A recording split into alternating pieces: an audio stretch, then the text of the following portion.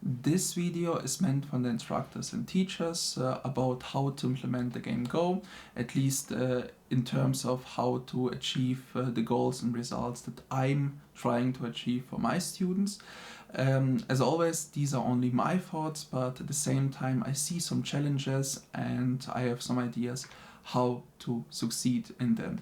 So first of all, this is an introductory version of the real Japanese game Go, and it has an actual name. It's called Atari Go or Capture Go.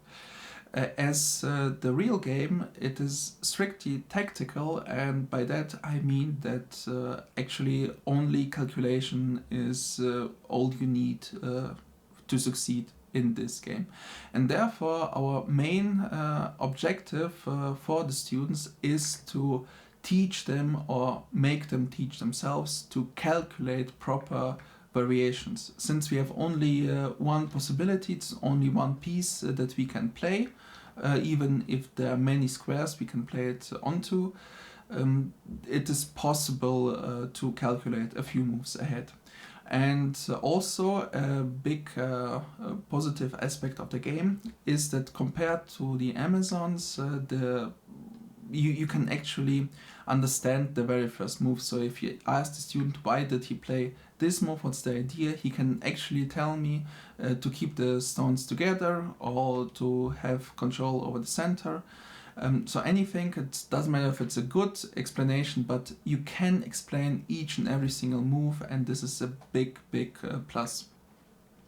So the time frame is a bit of a challenge, and by that I mean if I teach the game to my students from elementary grade, then the issue is that most of them will finish the game under 2 minutes. And by that I mean they don't think about their moves at all, and this is something that we need and have to avoid.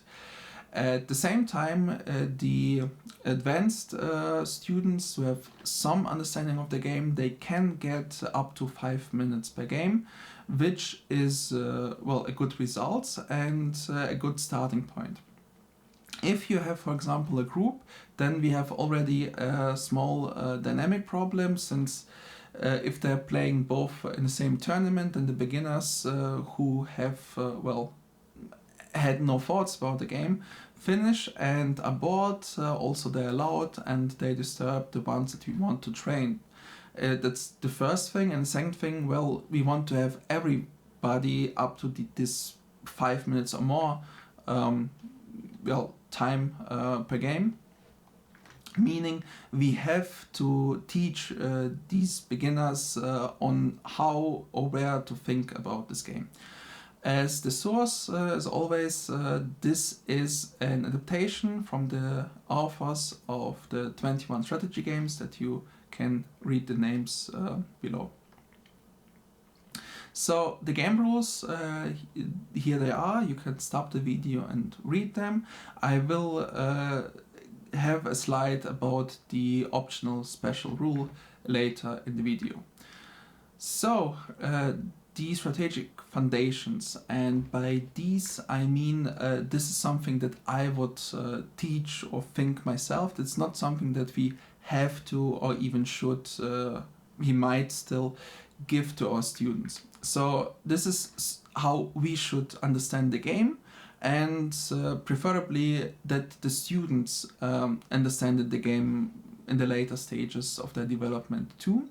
But the good thing is that the game is pretty self-explanatory, so they will come eventually to this point, so we don't need to tell them how the game is played.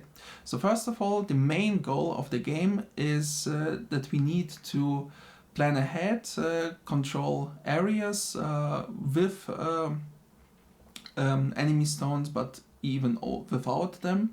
And at the same time to focus on two things at the same time, meaning balance the attack and the defense. What very often happened in my courses is that they only focused on defending and missed their own wins, like in the tactical position, or that they only seen how to give a threat and didn't notice that they're losing actually. So the winning strategies are usually I would describe as keep your pieces connected. The more connected they are, the harder it is to surround them. Be careful on the edges of the board, and finally do calculate as well as you can. So it's pretty easy to calculate 1 or 2 moves ahead, but the better students might even think about 3 or 4 moves in the end. And this is the main goal that we want to achieve if possible. So what can we tell our students how they can improve? So first of all, we don't need to do much because the game is pretty easy, and the students will come up to the right strategies just by playing the game a few times. And they will see that they have to calculate and at least spot the possibilities, so there we don't need to motivate them to do them. The typical mistakes are, first of all, they don't get the strategy, but it's only for their very first games.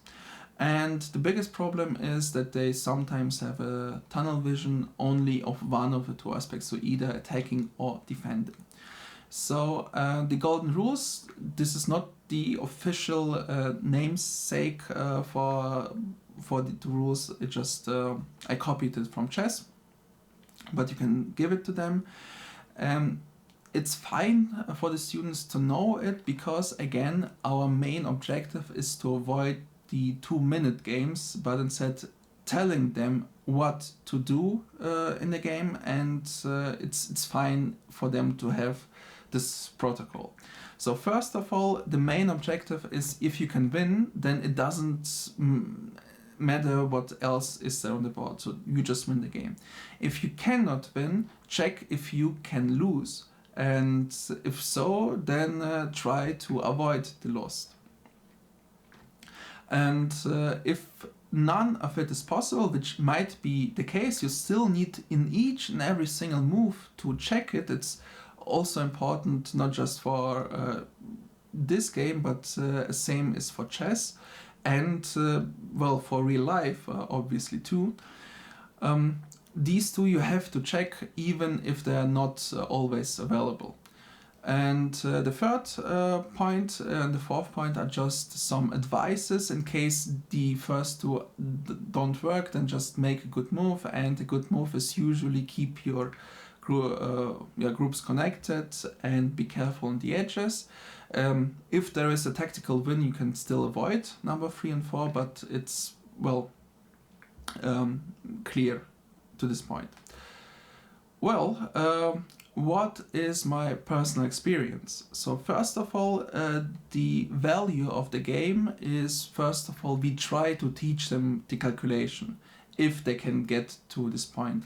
At the same time, working through this protocol that I gave to the students is also a big upside of the game, and it helps a lot in just strategical development, because just following the orders in the right way is already a big training exercise.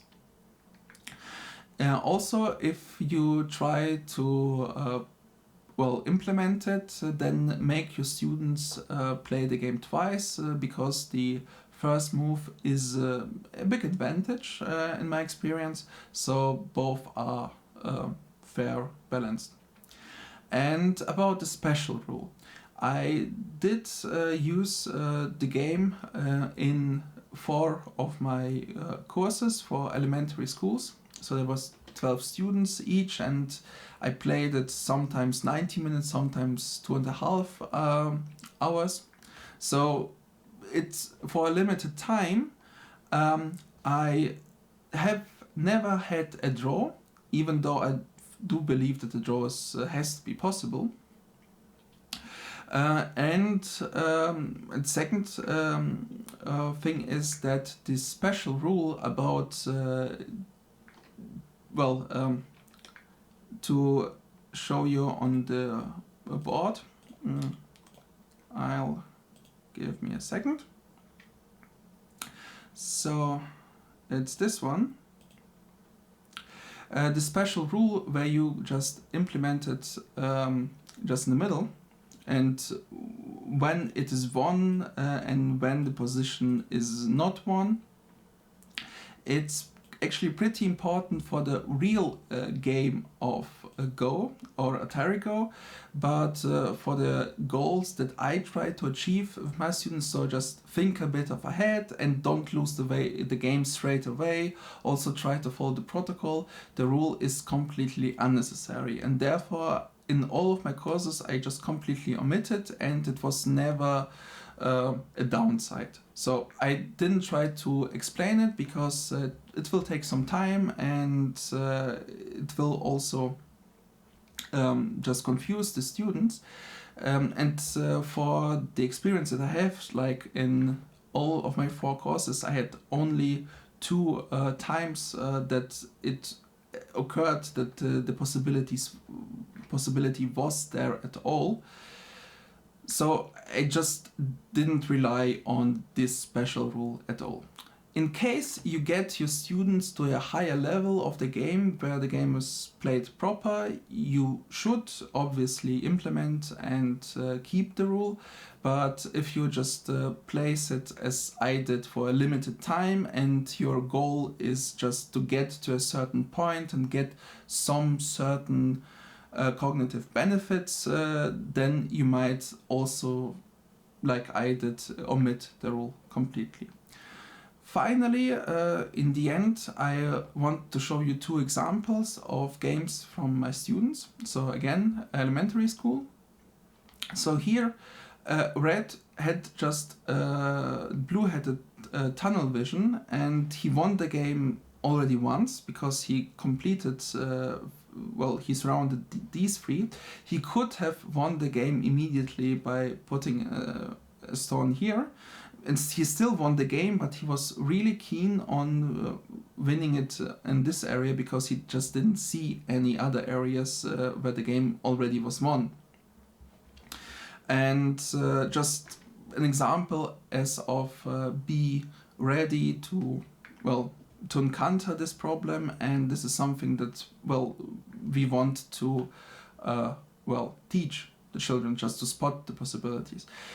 That the students have a lot of problems with the game is actually an upside, because all the mistakes that they usually do, that means that they can learn a lot from this game, and that's just great. And also another example of the same issue, it's like here we have a game that is actually lost for Blue because these 4 are already trapped, but instead the game was continued because the players just didn't spot that the game was already over. And these were 2 of the examples.